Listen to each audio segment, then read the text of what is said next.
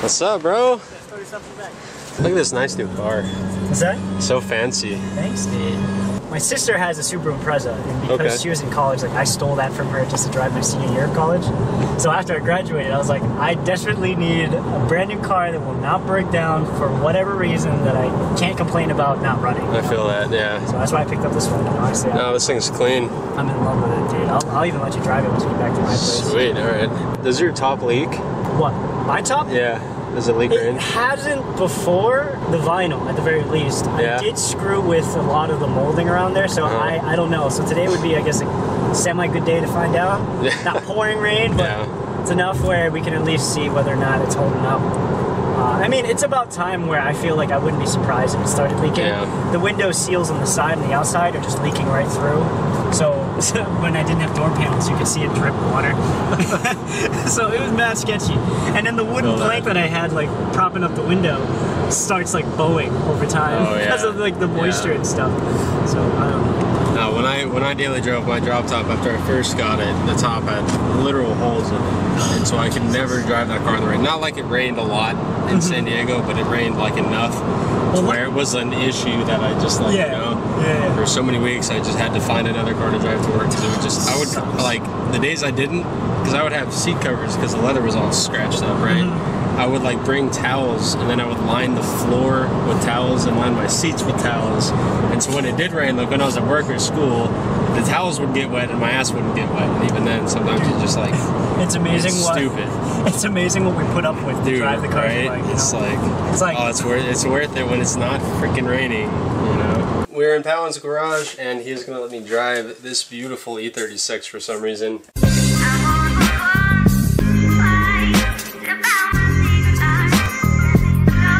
You're the first to drive it with the color too, dude. Yeah, it's gonna be mad. I'm gonna be honest, this is the first bagged E36 that I've ever driven, and this is the first turbo E36 I've ever driven. I'm excited to be the first guy to let you do this. Yeah, it's gonna be freaking awesome. Give you some motivation. This is also the first non-turbo car that I've ever driven, if that makes sense. Oh, the conversion, yeah. Yeah, you know what I mean? Like factory turbos and aftermarket turbos like that, two completely different things. And I'm jealous, not only because his freaking drop top runs, but because he's got a hard top tucked back here.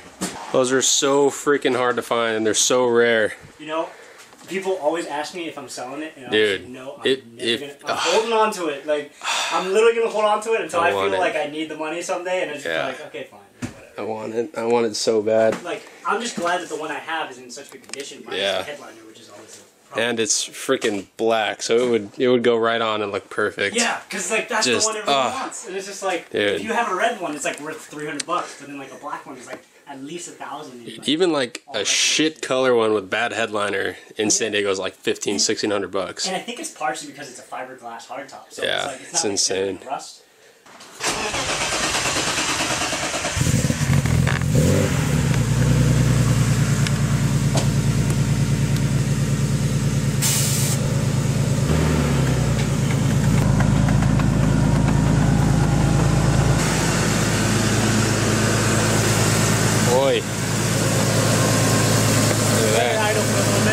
You want to get the other kidney grill on? What's that? You want to get the other kidney grill on?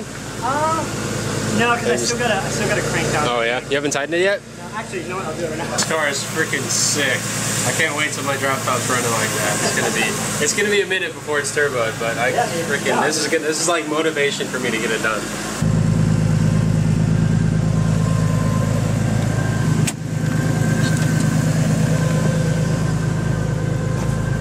So these are the Macabre Motorsports door cards. I want to get a set for my sedan. I wanted them, but seeing them in person and actually feeling them, they're freaking, I want them so much more. Final touch. The OBD2 grill swap. Alright, I don't know if that was the way to put it on, but it works. Snap on. That might actually be your pilot bearing. Winding like that. I think it's... Or a throat or something. Yeah, I think it's a combination because it goes through every gear. And I do agree, when you engage the clutch at idle, it has this little whirring sound. But the whole car has solid bushing, so I wouldn't be surprised if I'm just overthinking it and it's something you expect. Go right. Okay, yeah, it's a short throw. right?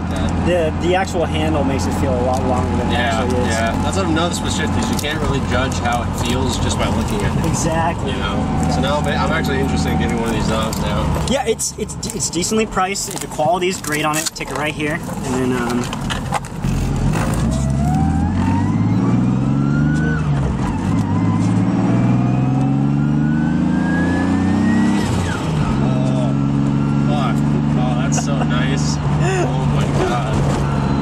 I'm glad like you're finally here and driving it, because we've been talking for a little bit and here and there, like trading advice. So like it's actually nice to meet someone across the entire country with the same mindset. It was cool because like when I first like actually met you, you know, it felt like we had already been friends. Exactly, I mean? Exactly, like, and that's how I want to treat everyone that is pretty much seeing this build, because I mean like. I feel like we have you can just go straight.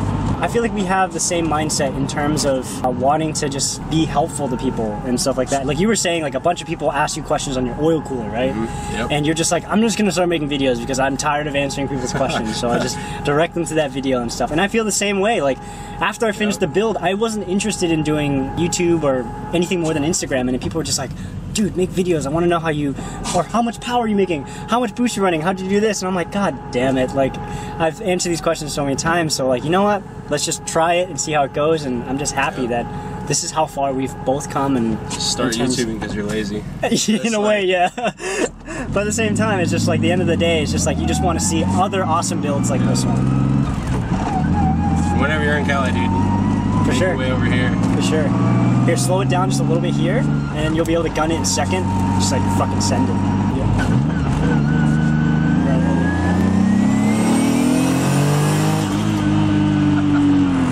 Damn, that is definitely.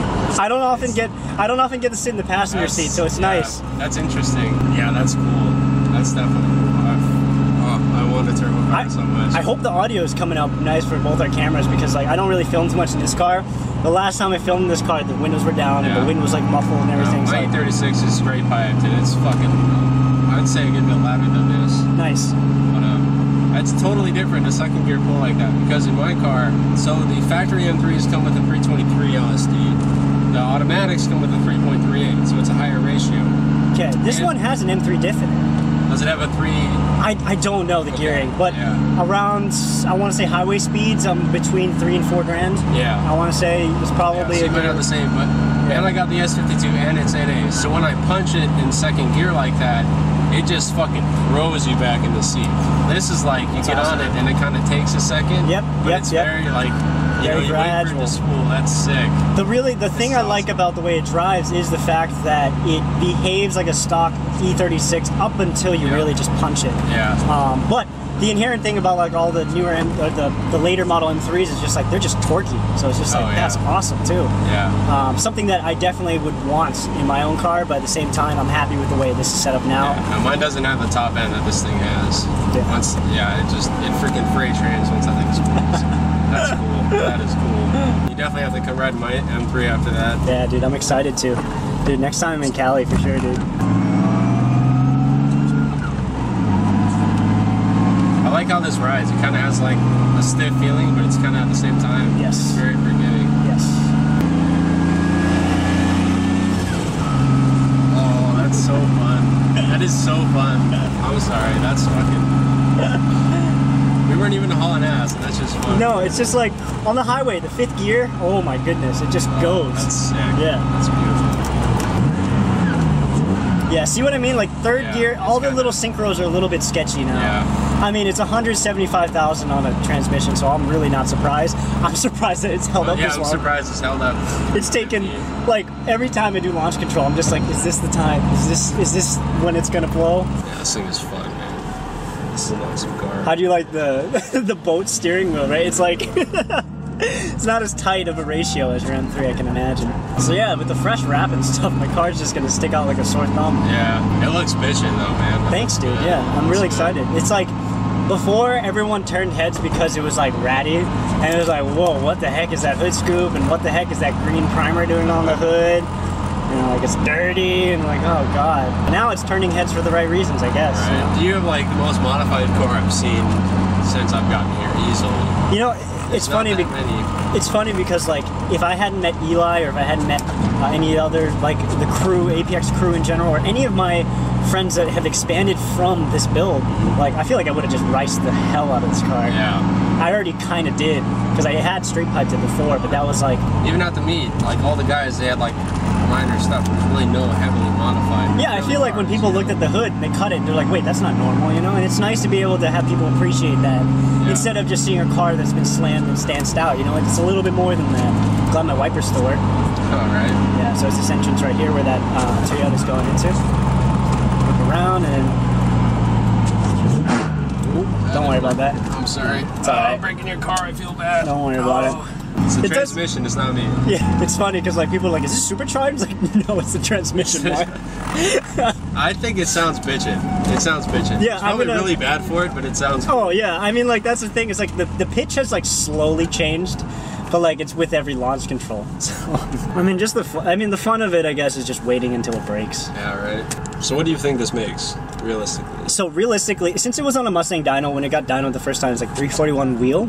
From what Brody, the tuner from Miller Performance, was telling me, he said that, oh, if you're making 341 wheel, you're easily making closer to like 400 crank, which is the maxing point of this clutch. It all makes sense. Because the Mustang dynos typically read low. I mean, he was like, oh, if it was on a dyno jet, you would have probably expected another 15, 20 wheel horsepower. I don't know the exact calibration number, but yeah, it's easily a 350 wheel horsepower car.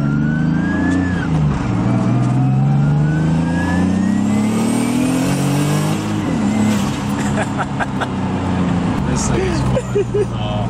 I see my car, as soon as you punch it, it's just, you're going back. Yeah.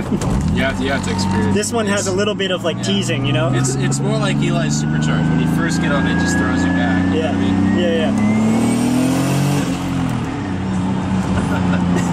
Oh, that's so fun. Is it weird feeling it from the passenger seat? Oh, it is so weird. Yeah. Like sitting right here and not being able to like, or just sitting and relaxing, letting someone else drive. It's like I'm kind of feeling it from an unbiased standpoint. So this car continuously surprises me all the time. This thing is awesome. I'm stoked you finally got to drive it because I remember we were hyping it up like, oh man, your build's gonna be awesome, dude. And I'm jealous that you're gonna be tackling your own motor before I am, you know? So I'm really excited to see what you come up with and how much power you're gonna make. And I honestly think it's gonna be so badass. So if you guys haven't checked out his channel, like it's gonna be awesome what he's working on. It's gonna be a while, boy. It's gonna be like two months before I get my pistons in. I say the same thing with my car. Like I say, like I want to do this, I want to do that, but realistically, we're working hard to kind of. Well, it's different when you say I want to do this. And like for me, I want to do this. I'm just waiting for parts to do this. And that's like a totally different. Exactly. But like it's crazy because we want to do all these things, but at the very end of the day, we're just average dudes. We're trying to work hard, make the money, save up, and then put in the effort to make the awesome video and stuff. It just takes time. And I don't know, I just want to say like we appreciate the support you guys have and the patience because like I can't imagine the anticipation and the excitement that you guys have for our builds as well. And genuinely I'm so impatient. So like I'm excited to get stuff done, but at the same time it's gonna take as long as it takes, but we're just glad that everyone's along for the ride. This thing is sick. I'm jealous. I'm jealous. You can park it right outside the garage if you want. Do you want to help me like put it into the garage? Yeah. Alright, cool. I'm coming for you, Evan. I'm coming for your E36. I gotta drive that thing now. Yeah, my tasted turbo. I know, right?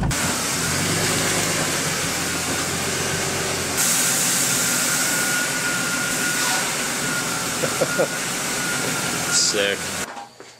Oh, I can feel the heat from here. Yeah? Yeah, I was just standing there, I can feel it just radiating dude, warm. The funniest thing is when I had the hood scoop, one of my friends was like, oh my god, it's a hood scoop, and he sticks his finger right into the, right under there, burns like 3 tips of his fingers, and I'm just my god. Shouldn't have done that, man. This thing is beautiful. I could use a second opinion on this. Okay. Looking at engine stuff now. Yeah, I know, right? Excuses. I'm scared of. What's that? I am definitely, the reason I have a sheet of cardboard over the glass is my biggest fear is because this hardtop is in good condition, like someone or me just dropping something and shattering the very glass. Oh, I'm sure it's hard to find glass for that. Yeah. Do you know what's not surprising? Or do you know what is surprising? It's really easy to get windshields for these cars. If you one. They have so many of them in stock. This windshield's been replaced once. Pro tip, when you realign your hood, always keep out where the hinges, always keep out where the hinge distance is between the actual glass, because I didn't pay attention and the hinge was a little too close, and then when I backed out of the driveway, the body flexed enough, and it just cracked the windshield. Oh shit, that sucks. Of course it's that's a good tip, because I have my hood off my convertible right now. You can see it right here. Like, this is actually, so this is from an M3, the hood that I swapped out, because the hood that I swapped with a friend was in good condition, because the car was in front of an accident a long time ago. Yeah. So I gave it to him to swap, because I didn't want to cut a hole in the hood. I didn't want to cut a hole in the hood that was I didn't want to cut a hole in the hood that I knew was already in good condition, so I asked my buddy with an M3, but we swapped the hinges over, and the hinges are different between the two cars. Really? I didn't know that. It's actually a little bit longer on the M3 on the bottom edge.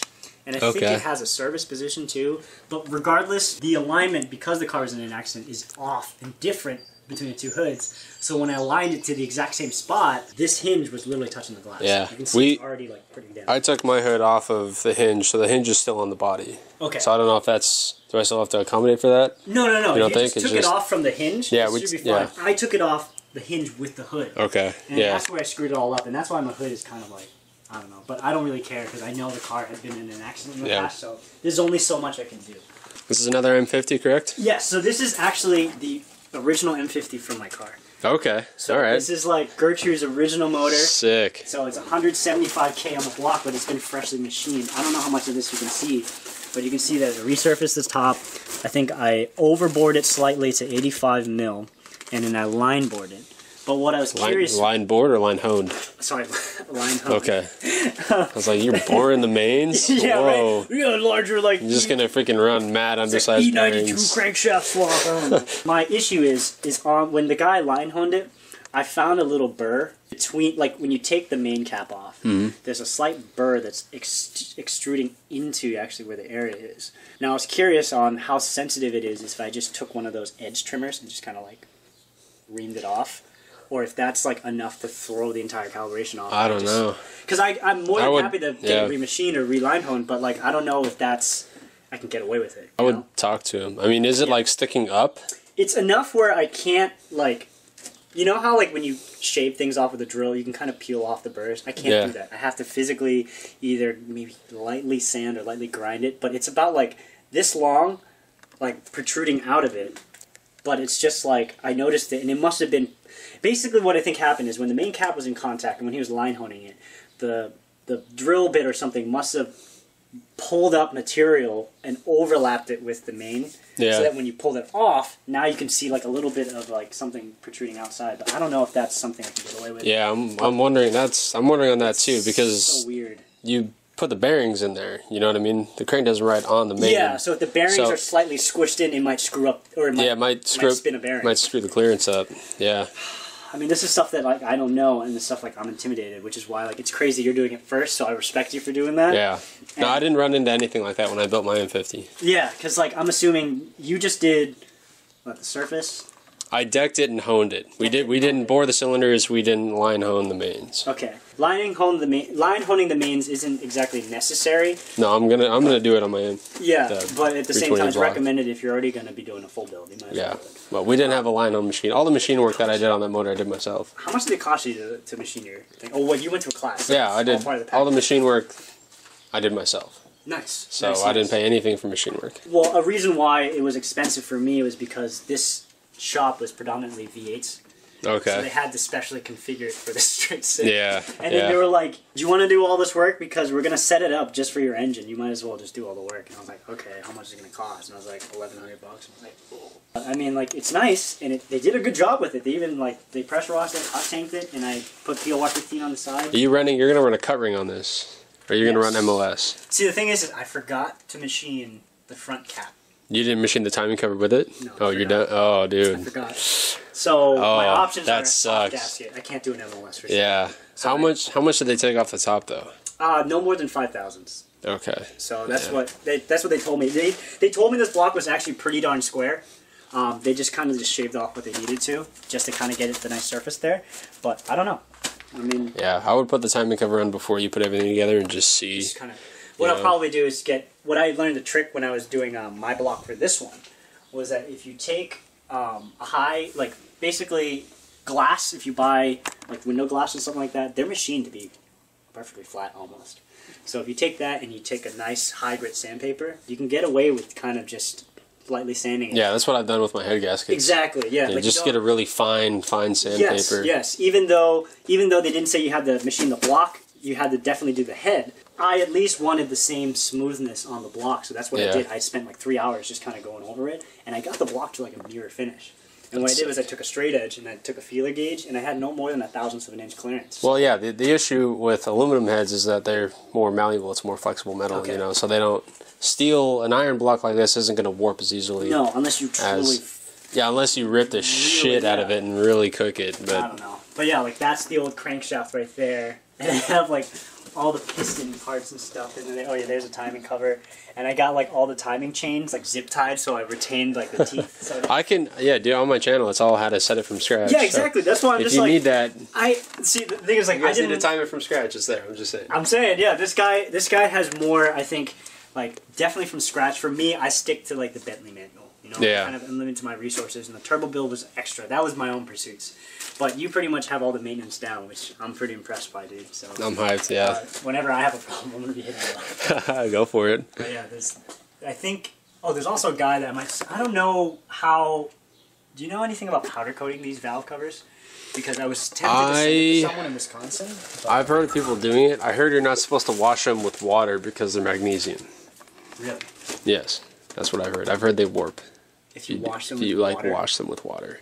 I don't know if that's true, but I feel like that's not. I know magnesium is an alkaline metal, so that's all I'm saying. Why would it? I'm just trying to think of engineering. I don't understand why they made it out of magnesium either. The M52 has plastic ones. Yep, right? they're all plastic. And they can swap right over, right? I believe so. I believe so. Should. You have to run a different. They have different. Well, I got 3 of them, so it's just like one warps. I don't know. Yeah, this one's the spare M50. I'm pretty much giving you a garage tour at this point. Dude, I love it. I have spare parts that are parts that like I need eventually, like this M50. Or like an air filter. Yeah, someone's told me about like, hey, are you still using that? And I'm like, yes. People sell them like hotcakes. Yeah. Oh yeah. It's nice. I mean, and this is just like my miscellaneous chemicals. Whenever I got poor, I would just go to the junkyard. Because E36s are a dime a dozen. I get like 6 of them, then sell them and make money. Exactly. And the moment you find one in the junkyard, people just pick everything off. Yep. Like headlights, trims. Dude, you should see the first gen Miatas whenever they're at my local parts. They get there, they're gone. They're just stripped, bare bones. I got a buddy, the guy that I picked up the 318 Ti from. He owns an entire like junkyard and stuff, and he has his own like section of his junkyard that's off limits to everyone else. He's got like a couple 318 Ti's there. He's got like I think a Mustang, trucks and stuff like that. Basically, easy pickings on all of his like that's sick. Crazy motors and stuff. Yeah, this is my TIG welder. This is actually a pretty good TIG welder. Surprisingly, if you want to get one, it's like decent for starting out, and it's like I don't know, it's like $900. The tank is pretty expensive though. Do you know how any MIG welding at all? Nothing? I'm shit at welding, but I can do it. It's like it's not the prettiest. I won't lie. I think it's more of a patience thing. Yeah, that's true. Just be patient about it. And for TIG welding especially, what I learned is just slow and steady. Just slow and steady. This box right here is like parts from that M50 that's in the car right now. So this is all the shit that was. You got that wiring harness? Well, oh yeah. I got the wiring harness. They just cut everything when they gave it to me. Oh no. But they gave me like everything on the car. Basically, like you know what junkyards, they just give you the motor. They don't give you any of the accessories. Yeah. So I was impressed by the junkyard because they gave me the motor with the alternator on it, which is useless. Honestly, it was corroded. AC compressor on it. They gave me the manifold. They got everything, and then everything else just like cut around it in a box. So I had like little bits of like spare parts, but all for $300. And I was like, I can't complain. Is this the shifter out of the Honda? Yes. Yeah, so that's the other one. That's the old one. So you saw the upper yeah. So this is the stock. Well, you're about to drive the Honda, so I mean like. But this essentially is the reason why when you shift side to side, this piece actually flexes within the housing very slightly. Yeah. But it's enough that you can notice it. Mm-hmm. But the new part essentially has a rigid shaft right through it, and then that's just like nice and solid. That's sick. But, that's cool. If you wanted to drive the Honda, you're welcome to. So yeah. You want to do that? Let's do it. All right, so we're gonna go drive his SI, but that is going to be a Sunday drive video all by itself, so fuck, I want one of these. That's all I'm going to say. Just this thing is just a beautiful car. It's not that you want one, you're going to make it happen. Oh, dude, I'm going to make it happen. I trust you. Huge, huge shout out to Pawinn. I'm going to link his channel down below. It's been freaking awesome chilling here, driving his car. I can't. There are no words to describe how beautiful this thing is. I'm excited that we were able to geek out about this stuff because, like, dude, there's not a lot of people that want to do the same exact thing that I want to do. You know, it's right around here. Everyone's been contacting me on DM, so it's nice that you were able to literally come here and just hang out for a little bit. It's awesome. It's awesome. I really appreciate that you actually took the time to come out. So. I understand you came here. You came here for family and stuff, but at the same time, it was nice. Low key. You're one of the main reasons I came here. Let's be honest. I appreciate that. Let's be honest. I appreciate that. All right. Thank you guys so much for watching. Keep it fresh, and I will see you guys later.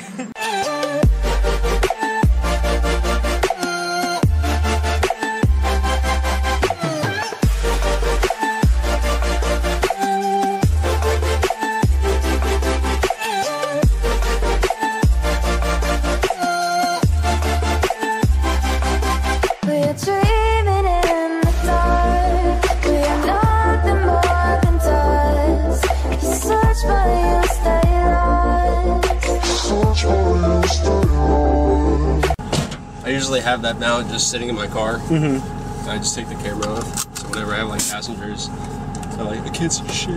It mounts right there. Like, you're fine. You're fine. Yeah, it just like hold pretty well. Like, oh yeah. Or like, how is the shake on the camera? It depends like on how well I set it up. So like sometimes I like won't have these tight all the way and it's kind of all over the place. Nice. But if you have it like set and solid, then it's like fine. Nice. Trading experiences here on camera gear. Eli, don't judge me. I don't know anything about cameras. Dude, I just have what I have. That's all I know. What camera you got? Oh, it's an A3000. Oh, I have an A27. Okay, well. Yeah, with the wide open lens and I don't know what that is. I'm sorry. I just know what I have.